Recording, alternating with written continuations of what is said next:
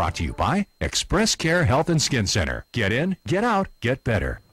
If you're just joining us, we are talking about bladder issues. We've already heard that when you need to use the restroom, go. Don't hold it. And let's go now to some of our viewer questions. Aubrey from Telefofo writes, Doc, I've heard I have a small bladder, and that's why I have frequent leaks. Is this true? It could be true. There are people that are born with a small bladder, or for some reason their bladder is not very large. It could be true, but it's much more likely that you're having the stress incontinence that we talked about earlier, where the muscles are weak lower down, and so it's difficult for you to control your urination.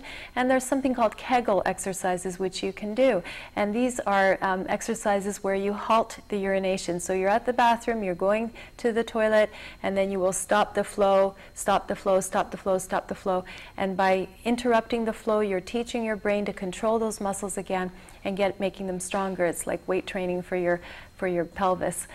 So that's something that you can do. You can look up the exercises on the internet, and they're very helpful. They help.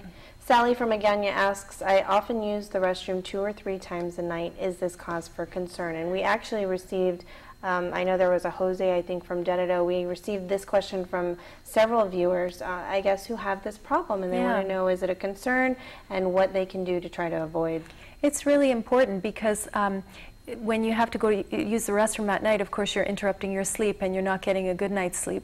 The thing that comes to mind, first of all, is diabetes, because it's one of the most common symptoms of diabetes is frequent urination at nighttime. So please get your sugar checked. Otherwise, sometimes it's related to drinking too much alcohol in the evening time, or just even too much fluid of any kind. So you might consider cutting back on your fluids, meaning stop drinking anything after 6 p.m. and make sure you use the restroom before bed. Infection could be another reason, so I think you should have it checked out. Okay, Lerner from Tumon asks, do I really need to drink 8 glasses of water a day? Well, depends on what you're doing, but 8 is a reasonable number. In our climate, you may even need more, but what I always tell patients is drink enough so that when you use the restroom, your urine is clear. It's not yellow, it's not a dark color, it's just a nice, clear, fresh color. Okay. Matt from Sinahania asks, is it possible for my child to get a UTI? It is, and it's quite common actually in little girls.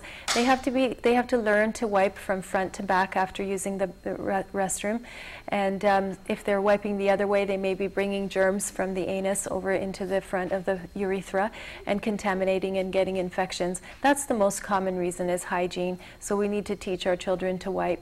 But sometimes children also hold their urine, and other times they're born with what we call congenital or inborn errors, where the pathways, the tubes aren't quite right, and so there'll be something called reflux, where the bladder doesn't just hold the urine, but it sloshes back up to the kidneys, and then that needs to be treated because they will keep getting infections and damage their kidneys. So especially if it's a young child under the age of 5 with a urinary tract infection, they need investigation. Okay, Jose from Juntnia asks, I'm always running to the bathroom. Should I be worried that I have an enlarged prostate or just an overactive bladder? Yes, good question, Jose. As far as that, it depends on your age group. If you're over 40 and you're a male, you may have an enlarged prostate. And the prostate gland sits around in the lower part of the pelvis. It sits around the urethra. So if it keeps getting bigger and bigger and bigger, it presses on that tube, and it's very difficult for people to urinate, especially men at nighttime. So if you're over 40, yes, please get your prostate checked. And if you're under that and you're using the bathroom frequently, again, diabetes would be the top idea that I have, or maybe an infection. Okay, Sharon from Barracuda asks, I just had a baby and I can go all day without the need to urinate. Is this normal? No, I don't think so. If you're breastfeeding, maybe you're getting a little dehydrated. I'm not sure. It's quite unusual, but it sounds like you're holding your urine, and I would put yourself on a schedule. When we're young mothers, we're so busy, we forget to take care of ourselves, so maybe put an alarm clock, and every 3 hours at least make it to the restroom. And our last question comes from Phil from Ordet asking, I drink coffee and soda. Is it true it's a bladder stimulant? And even a bladder irritant for some people. Some people have a condition called interstitial cystitis, which is an irritation of the bladder. They've constantly needing to use the restroom and they have a lot of pain and discomfort.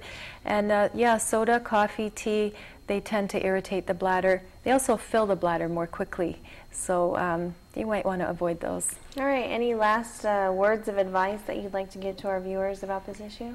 I think as far as the urine, it is very important to recognize that it's a natural function. It needs to be taken care of, and don't be embarrassed to seek help if you're having issues with it. Many people are so ashamed of incontinence, but it's often something that is treatable. There is medication to help you if these other measures we talked about don't help, and we hope you can help. We can get you help. Now, do you need to go just to your regular physician, or do you need to go to, let's say, a urologist? Mm-hmm.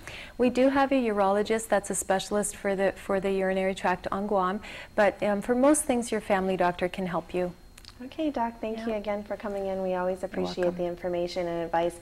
Dr. Lom will be back again next week, and we'll be talking about scars and wounds. You can send in your questions to healthyliving@KUAM.com, or you can post your question on our Facebook page or, of course, on our website. We are back with more Healthy Living after the break. Stay with us.